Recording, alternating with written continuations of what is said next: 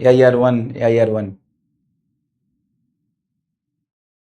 या year one शांति, ओम शांति। बिल्कुल सही बात है, ओम शांति मतलब रेस्ट इन पीस, जैसे भी जो भी कहते हैं। और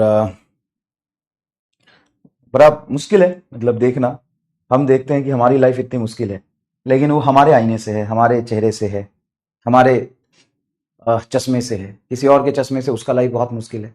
और चैलेंजेस लाइफ में कभी ख़त्म नहीं होते। मैं हमेशा कहता हूँ कि आपको मेंटली स्ट्रांग बनना पड़ेगा, और नीट की तैयारी में शायद आप ये बनते भी हैं, है ना। मेंटली बहुत स्ट्रांग बनना पड़ेगा।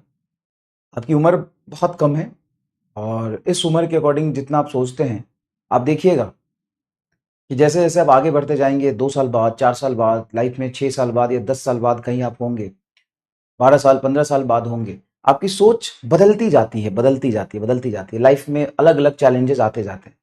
तो बिल्कुल प्रोफेशनल लाइफ और फ्यूचर तो यही कहता है कि हम जितना मेहनत करेंगे उतना आगे बढ़ेंगे। लेकिन मेहनत के चक्कर में हम लाइफ को अच्छा बनाने के लिए मेहनत कर रहे हैं ना। लाइफ इतना मेहनत ना करे कि लाइफ ही ना रहे।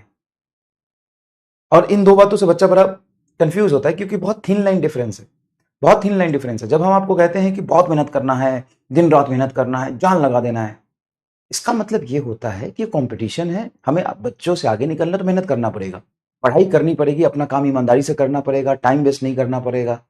लेकिन पैरेलली उन सब चीज़ों के लिए अपने आप को स्ट्रेस में नहीं डालना है, इतना डिमोटिवेट नहीं होना है कि मेंटल हेल्थ आपका बहुत खराब हो जाए, है ना। दोनों चीज़ें अलग है, और बहुत बहुत थिन लाइन डिफरेंस होता है दोनों के बीच में।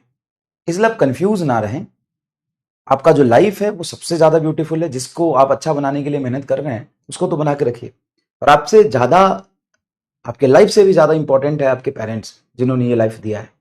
भले वो बहुत गुस्सा करते हैं, सब कुछ करते हैं, लेकिन वो यही चाहते हैं कि आपका जीवन वो जिस तरीके से जी रहे हैं उससे बेहतर हो।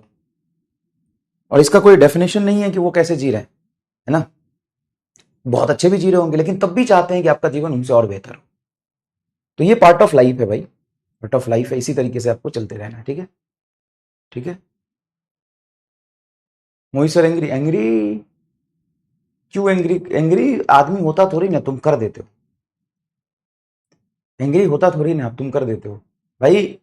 बहुत मुश्किल है ऑनलाइन पढ़ाना, सीरियसली बहुत मुश्किल है। मैं हमेशा से कहता हूँ, क्योंकि यहाँ पे खड़े होके पढ़ाना ना, और तुम्हें लगता होगा बहुत ईजी, सर आप तो अपना काम करके चले जाओ। काम करके चले जाओ, बहुत सारे बच्चे पढ़ रहे होंगे, वो तो पढ़ रहे हैं। लेकिन बहुत सारे बच्चे जो पैरेलली कमेंट में कचरा फैलाते हैं, और टीचर्स को देख के तो परेशान होगा ही। और बहुत छोटी छोटी चीजों पे तुम मतलब पेशेंस नहीं होता तुम्हारे अंदर। और स्पैमर कोई नहीं है, सब बच्चे हैं। आजकल का जनरेशन ही ऐसा है। किसको कहते हैं स्पैमर? क्या होता है डेफिनेशन स्पैमर का?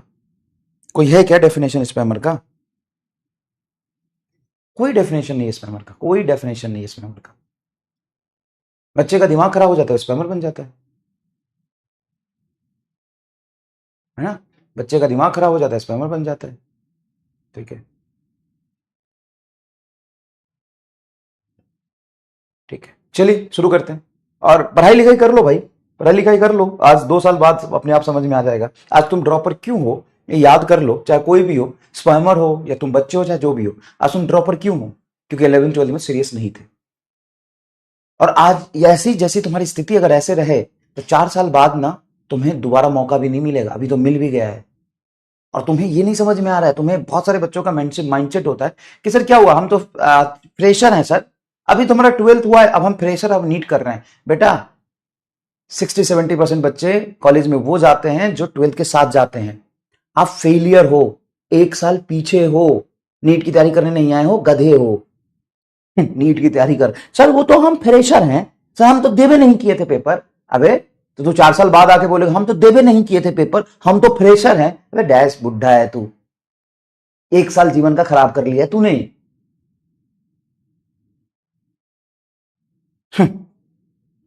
सर आप डीमोटिवेट कर दोगे सर।